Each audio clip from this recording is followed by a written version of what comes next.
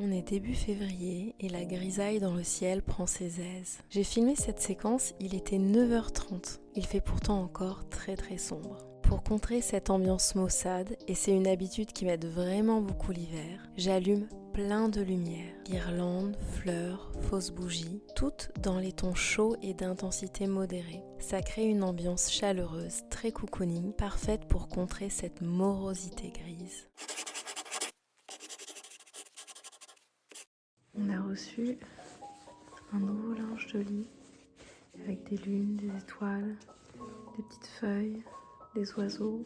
Je vais les laver et on va pouvoir les mettre ce week-end.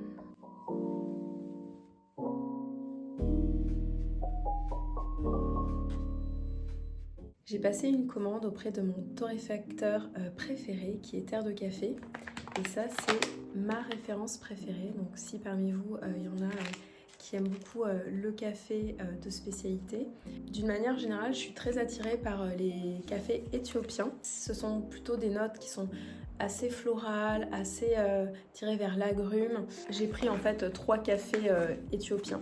Donc il y a cette référence-là qui est en fait un mix de 3 plantations différentes de café en Éthiopie. C'est pour ça qu'il y a un petit 3.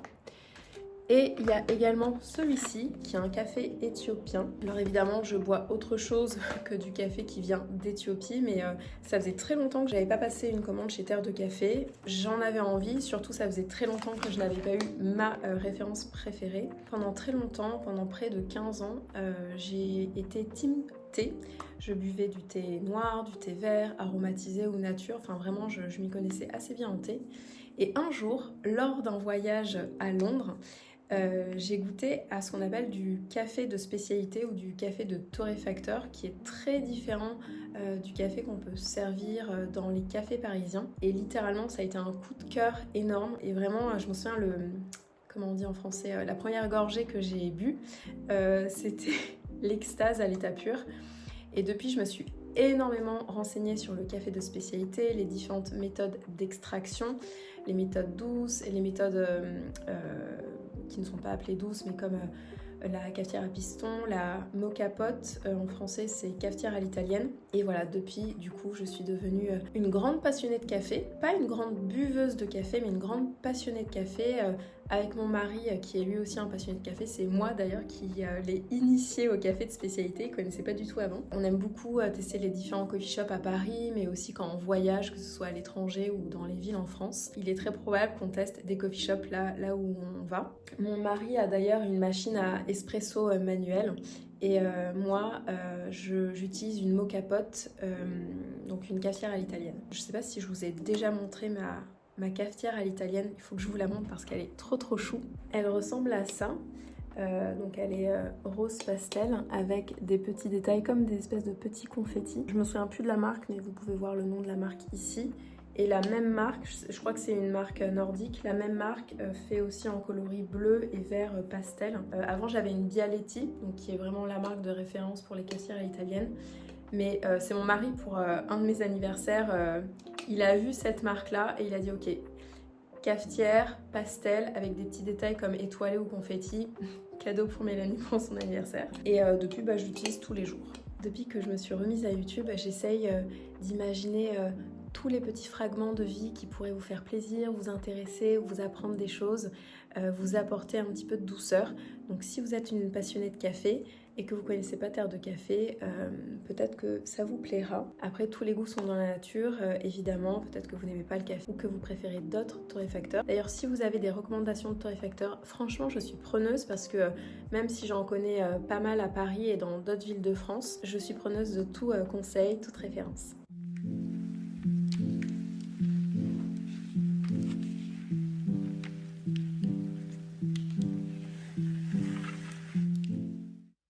En début de semaine, j'ai eu une consultation un peu spéciale. Il y a 10 ans, à mes débuts en tant que naturopathe, j'ai accompagné une jeune femme. Il y a 2 ans, elle a repris rendez-vous pour se faire accompagner pour sa fin de grossesse et son postpartum. Et là, aujourd'hui, j'ai eu son enfant de 2 ans en consultation, évidemment avec elle. Ça m'a rempli le cœur de bonheur de voir évoluer une personne sur tant d'années et de voir sa famille se construire.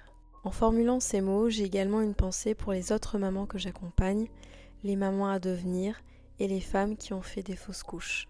Cœur sur vous toutes. Aujourd'hui, je me fais couper les cheveux.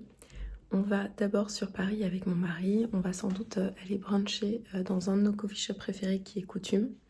Et ensuite, je file chez Didi me faire couper les cheveux. Je ne sais pas encore quelle coupe que l'on va choisir, mais je vous insère une petite vidéo qui vous montre le décalage qu'il y a entre mes longueurs. Ils se sont désépaissis sur toute une partie et j'envisage de couper à partir de là. On verra.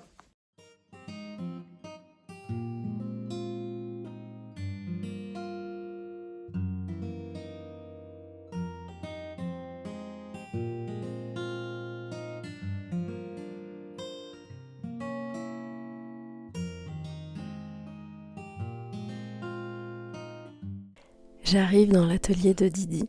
Après m'être coupé les cheveux moi-même pendant plus de 10 ans, j'ai trouvé Didi en 2023 alors que je cherchais la perle rare pour me coiffer le jour de mon mariage. Ce fut un coup de cœur incroyable qui a fait naître un lien qui a perduré avant et après mon mariage. Didi travaille dans son propre atelier qui ressemble à un cocon de fée. Il est lumineux et rempli de détails incroyables. On peut lui demander une coupe spécifique ou lui demander conseil. Je trouve que les longueurs se sont beaucoup affinées, bien que mes cheveux ne cassent pas ou ne fourchent pas.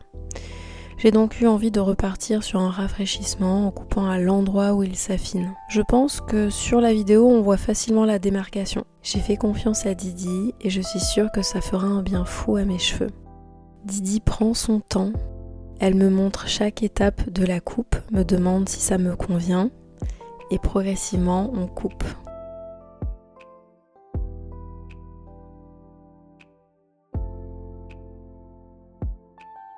Hop, la coupe est terminée. Comme je vais rarement chez la coiffeuse, j'ai demandé à Didi de me faire quelques ondulations pour le fun. Et voilà une parenthèse hors du temps qui ont fait un bien fou à mes cheveux. Et voilà ce que ça donne, donc avec les petites ondulations faites par Didi. Je vous montrerai le résultat une fois que je me serai lavé les cheveux et qu'il n'y aura plus les petites ondulations. Et voilà ce que ça fait une fois lavé. Et je les ai séchés à l'air libre. Ils sont un peu tout fous. Il y a des petites ondulations qui se sont faites naturellement. Visiblement, avoir les cheveux plus courts fait qu'ils ondulent plus facilement. Je pense que c'est dû au fait qu'ils soient plus légers tout simplement. Je vais terminer ce vlog en vous partageant mes dernières trouvailles Vinted. Donc j'ai 3 choses à vous montrer. Alors il y a 2 hauts et un bas. On va commencer avec les 2 hauts. En fait il s'agit de 2 pulls sans manches, un marron et un blanc. Donc là vous voyez un petit peu plus ce que donne ma tenue en entier.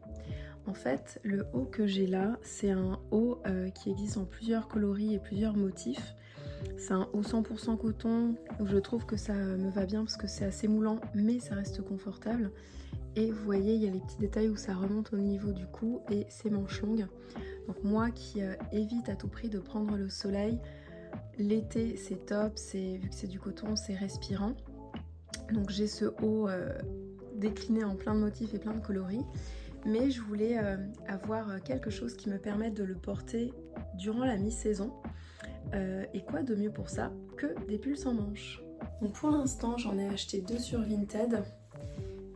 Un marron, hop. Donc voilà ce que ça donne avec le haut et ma jupe. Je trouve ça très joli et ça apporte un petit peu de chaleur au niveau du tronc. Bon, les bras ça change pas grand chose mais pour la mi-saison je pense que ça va être parfait. Et voilà ce que ça donne avec le blanc. Donc le blanc est un peu plus épais et un peu plus court. Je trouve que ça fait très joli aussi. Donc la troisième pièce est une jupe. J'ai changé de haut parce que le haut à motif bleu, ça n'aurait pas été pour vous montrer cette jupe. Donc voici à quoi elle ressemble. En fait, une des choses que j'aime, c'est sa taille élastiquée qui est vraiment très très large et qui est vraiment à la fois confortable mais parfaite pour souligner ma taille fine. Et c'est une jupe qui est très très longue. Elle est à la fois... en fait, elle est doublée. Donc elle est à la fois chaude pour la mi-saison mais aussi très respirante pour l'été, le printemps, ça sera vraiment parfait. Donc là, elle est un peu froissée parce qu'elle a voyagé dans un petit colis. mais je la trouve vraiment magnifique.